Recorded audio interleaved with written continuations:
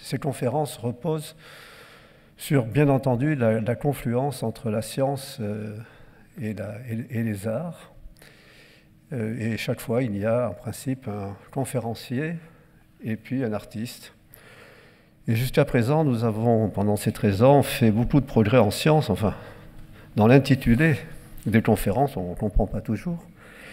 Et il s'est agi là aussi d'une concordance ou d'une concomitance.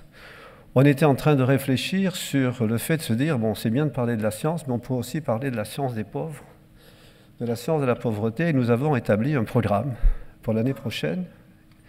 Et à ce moment, M. Miribel est venu nous voir, qui fait partie de l'association, hein, en nous disant que ça serait intéressant d'inviter le Père Pedro. Donc voilà, on est dans une rupture. Je pense que des ruptures, il y en aura ce soir. On est dans une rupture par rapport à ce que nous faisions d'habitude et que nous allons faire désormais. Et puis, une des raisons encore, à titre personnel, c'est que j'ai passé beaucoup de temps en Amérique latine, dans le développement, dans les Andes, bien entendu, sans aucune comparaison avec ce que fait le Père Pedro.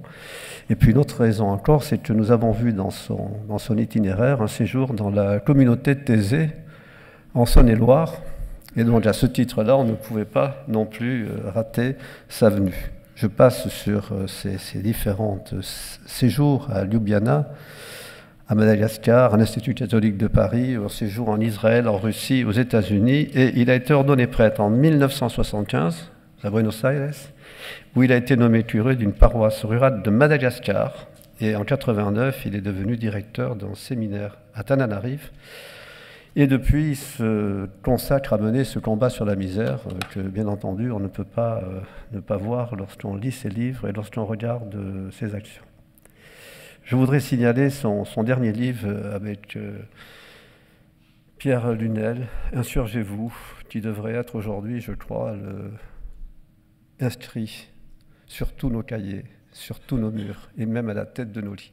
Je voudrais appeler Benoît Miribel, qui joue un très très grand rôle dans cette association et qui parlera beaucoup mieux de moi, du Père, que je ne l'ai fait. Je vous remercie et je laisse la parole à Benoît.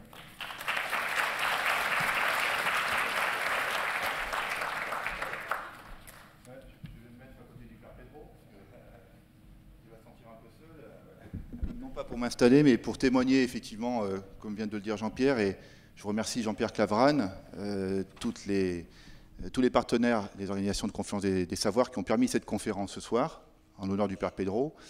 Je veux aussi remercier Jean-Paul Nobecourt qui aurait dû être là, c'est lui qui a organisé et qui n'est pas là. Saluer aussi Michel et Michel Second, qui sont de l'association des Amis du Père Pedro. Je ne sais pas où ils se trouvent, Michel et Michel. Ils sont là, voilà. C'est important de les voir avec les bénévoles qui sont avec eux, parce que je suis certain d'une chose, c'est qu'après avoir entendu le Père Pedro, vous allez avoir envie de faire quelque chose.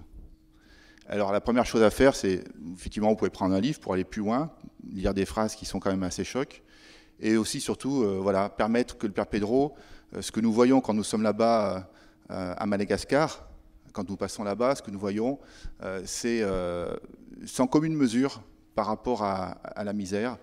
Ce sont des milliers de personnes. Il y a cette maison, quand on arrive, et qui est toujours ouverte. Il y a des gens qui ne font que passer une journée, une semaine, un mois, d'autres qui restent beaucoup plus longtemps, à peu près 20 000 personnes. Mais toute l'année, il y a à peu près presque 20 000 personnes, je crois.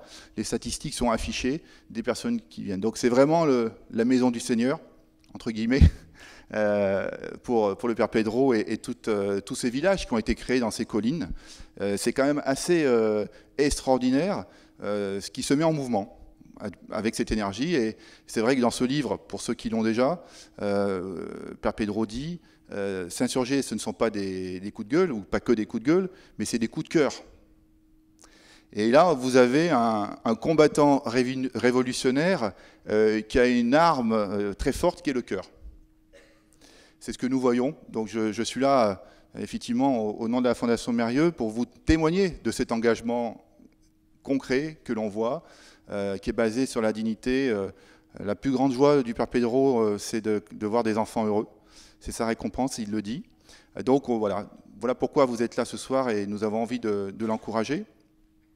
Et je vais lui laisser la parole, c'est le plus important, en rappelant une phrase de notre président Alain Mérieux qui dit que le jour où Père Pedro est venu dans son bureau, il y avait le feu. Voilà. Donc le feu s'éteint pas, il se transmet et c'est ce que je pense que Père Pedro va faire avec nous ce soir.